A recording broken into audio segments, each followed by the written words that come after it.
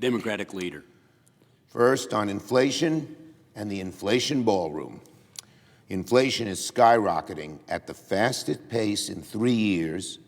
The American people are hurting, and Donald Trump is to blame. Inflation rose to 3.8% in April because of Donald Trump's costly tariffs, his disastrous war with Iran, and failed economic agenda. So much for Trump's promise to bring down costs on day one. 3.8%, the highest in 3 years. And again, it's all because of Trump's tariffs, his war with Iran, his failed economic agenda. The American people are furious about how Donald Trump and his MAGA majorities in Congress have turned a blind eye to the #1 issue facing the American people, their rising costs. A CN poll this morning found that 77% of Americans say that Trump's policies have raised costs in their community, and that includes a majority of Republicans. 77%, including a majority of Republicans, blame Trump for their higher costs. Only 30% of Americans approve of his handling of the economy. That's a record low. Among the most common words the poll's respondents used to describe their economic situation right now were uncertainty, stress, dread. Donald Trump, are you hearing that? The American people look at your economic policies and describe them as filled with uncertainty, fill them with stress, fill them with dread. That's a pretty strong word. Instead of listening to the American people, Donald Trump and the GOP put forward a reconciliation bill that would force Americans to pay for Trump's billion-dollar ballroom and tens of billions more for Trump's masked agents, while including $0 to bring down American costs. Ask Americans, how many people want to see $1 billion for a ballroom and no money to help reduce the cost of food, the cost of electricity, the cost of housing, the cost of child care? When will Republicans take the hint? When will they realize that Americans want lower costs, not a gold-plated ballroom for our billionaire president? It seems all the president's concerned with these days are vanity projects, not things that make the American people's lives better. Democrats will fight Republicans' ballroom bill tooth and nail. And Republicans here in the Senate should do the same if they have any sense. Can you believe it? You guys are walking off a cliff. Funding a $1 billion ballroom when people are hurting? Makes no sense. No sense at all. Now, on Iran and the gas tax.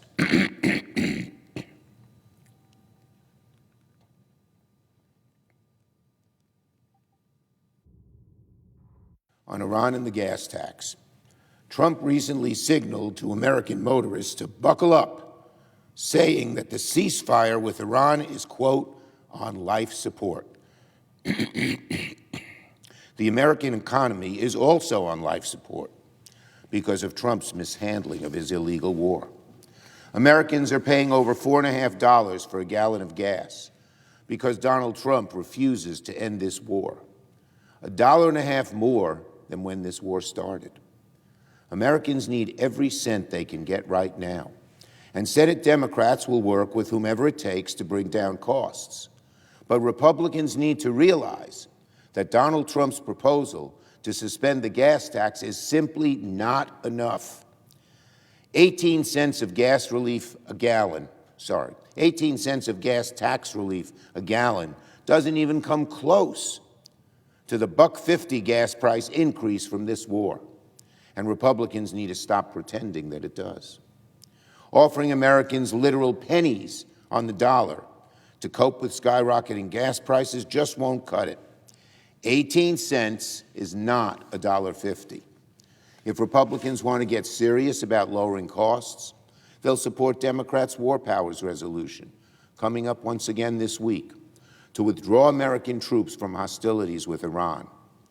This week, Republicans will have their 7th opportunity to vote for our War Powers resolution. get our service members out of harm's way, and rein in these skyrocketing costs. I urge Republicans to join Democrats and the American people by supporting the resolution. Americans can't afford for their economy to be left on life support, which is why we need to end this war and get our economy back on track. On Trump going to China, there's an old saying that only Nixon could go to China, but soon they'll say only Trump could sell out to China.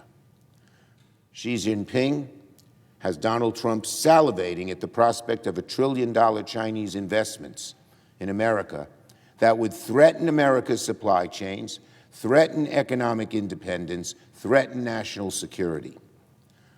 Strengthen China at the expense of American strength. Donald Trump wants a deal with China so badly he could sell out on American manufacturing. He could sell out on chips. He could sell out on Taiwan, which produces many of these chips. He could sell out on AI and on any number of grave issues that will determine who dominates the 21st century. Right now, again, to get his photo in the newspapers and try won't work to raise his very low poll numbers, he's going to sell out to China. We can't let Trump willingly give China our superior American technology, or allow him to serve Taiwan to the Chinese Communist Party on a silver platter, just so he can get the satisfaction of saying he made a deal. For decades, Trump has complained about how China has cheated America. If Donald Trump wants America to outcompete China, he cannot let Xi Jinping take him for a ride. On the hantavirus, we continue to pray for all American cruise ship passengers exposed to hantavirus and those who remain in quarantine. I can only imagine how distressing this experience has been. The Trump administration's gutting of America's public health preparedness has made the recent hantavirus outbreak even more alarming. We often say you don't miss something until it's gone, and that's certainly true of the cruise ship inspectors, disease detectives, port health station staff, and other pandemic experts that Donald Trump purged without a second thought. Cutting the CDC's vessel sanitation program, as well as a pilot program to study the hantavirus, Trump may as well have invited the virus to our shores. If the Trump administration wants to keep Americans safe, he should follow my plan to rehire the infectious disease experts he fired, to restore the funding for the programs that protect Americans from these illnesses, and to rejoin the World Health Organization and other monitoring organizations to contain these outbreaks before they spread.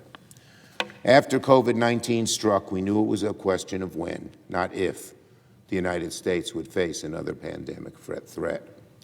Instead of investing in public health to meet that threat, the Trump administration has raised the white flag and lowered our defenses. I yield the floor.